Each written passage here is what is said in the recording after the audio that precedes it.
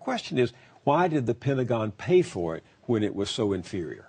This is perhaps one of the greatest corporate scandals of the past decade. The fact that this Halliburton Corporation, which was once headed by former Vice President Dick Cheney, was essentially given keys to the city of U.S. foreign policy and allowed to do things that were dangerous for U.S. troops, provide them with unclean drinking water. They were the premier company responsible for servicing the U.S. military occupation of Iraq. In fact, they were deployed alongside the U.S. military in the buildup to the war.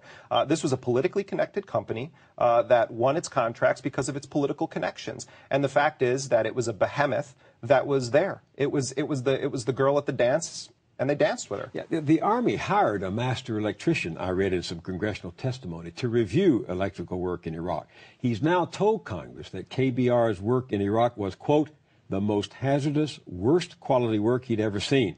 And that his own investigation, this is not a journalist, this is an employee of the Army, had found improper wiring in every building that KBR had wired. And we're talking about thousands of buildings. And so we've had U.S. troops that have died from electrocution in Iraq as a result of the faulty work of KBR. This should be an utter scandal that should outrage every single person in this country. And yet you find almost no mention of this in the corporate media. Do you get discouraged writing about corruption that never gets cured? Well, I don't believe that it necessarily doesn't get cured. I think that I'm very heartened by the fact that we have a very vibrant independent media landscape that's developing right now. You know, to me, I once put on the tagline of an article that I wrote early on in the Obama administration that I pledged to be the same journalist under Barack Obama that I was under President Bush. And the reason I felt that it was necessary to say that is that I feel like we have a sort of blue state Fox culture in the media where people are willing to go above and beyond the call of partisan politics to give Obama the benefit of the doubt. This is a man. It's time to take off the Obama T-shirts. This is a man who's in charge of the most powerful country on earth. The media in this country, we have an obligation to treat him the way we treated Bush in terms of being critical of him. And yet I feel like many Democrats have had their spine surgically removed these days, as have a lot of journalists. The fact is that this man is governing over a policy that is killing a tremendous number of civilians. You mentioned drones a moment ago. I was impressed to hear the new commander of our troops in Afghanistan admit this week that the United States cannot go on killing civilians. He said, in fact, this is creating a dangerous situation for our own country.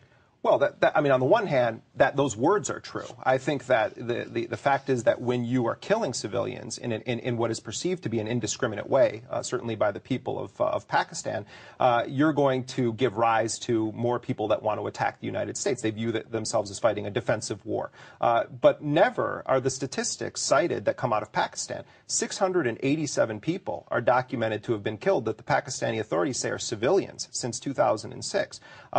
In the first 99 days of this year, over 100 people were killed. And the fact is... By American military action? Right, by American military action with these robotic drones. 60 Minutes on CBS News recently got some very special access to the military and came out with a report on drones. Let me show you a few excerpts from that. Right now, there are dozens of them in the skies over Iraq and Afghanistan, hunting down insurgents every minute of every day.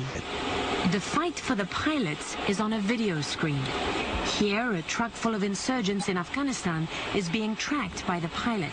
When the ground commander gives the order, he fires, hitting his target. The trigger is pulled in Nevada, inside these cramped single-wide trailers and small offices.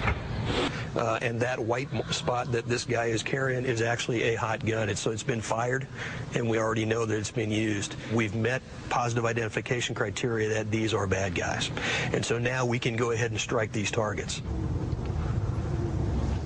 Now, many people are like that fella.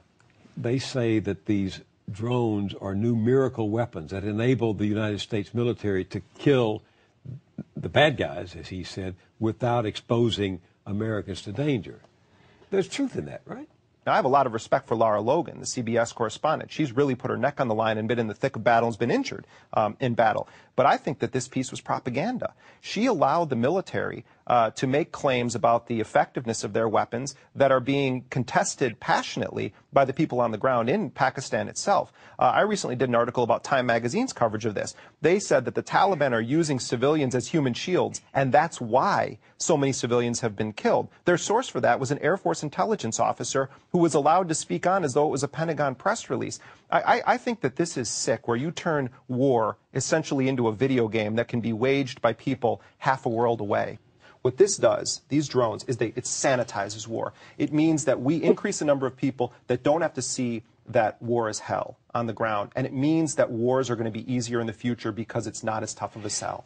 You will find agreement on people who say war is hell, but you'll also find a lot of people in this country, America, a lot of Democrats and Republicans who say Jeremy Scahill is wrong, that we need to be doing what we're doing in Afghanistan, because if we don't, there'll be another attack like 9/11 on this country. I think that what we're doing in Afghanistan increases the likelihood that there's going to be another attack, because we're killing innocent civilians regularly. When the United States goes in and bombs Farah province in Afghanistan on May 4th and kills civilians, according to the Red Cross and other sources, 13 members of one family, that has a ricochet impact. The relatives of those people are going to say, maybe they did trust the United States. Maybe they viewed the United States as a beacon of freedom in the world. But you just took that guy's daughter. You just killed that guy's wife. That's one more person that's going to line up and say, we're going to fight the United States. We are indiscriminately killing civilians, according to the UN Human Rights Council. A report that was just released this week by the UN says that the United States is indiscriminately killing civilians in Afghanistan and elsewhere around the world. That should be a collective shame that we feel in this society, and yet we have people calling it the good war. So step back to the issue of military contractors. You've been writing about privatization of military contractors for a long time. In the large scheme of things, what do military contractors represent to you? Well, I think that what we have seen happen as a result of this incredible reliance on private military contractors is that the United States has created a new system for waging war, where you no longer have to depend exclusively on your own citizens to sign up for the military and say, I believe in this war, so I'm willing to sign up and risk my life for it. You turn the entire world into your recruiting ground. You intricately link corporate profits to an escalation of warfare and make it profitable for companies to participate in your wars. In the process of doing that, you undermine U.S. democratic processes, and you also violate the sovereignty of other nations, because you're making their citizens combatants in a war to which their country is not a party.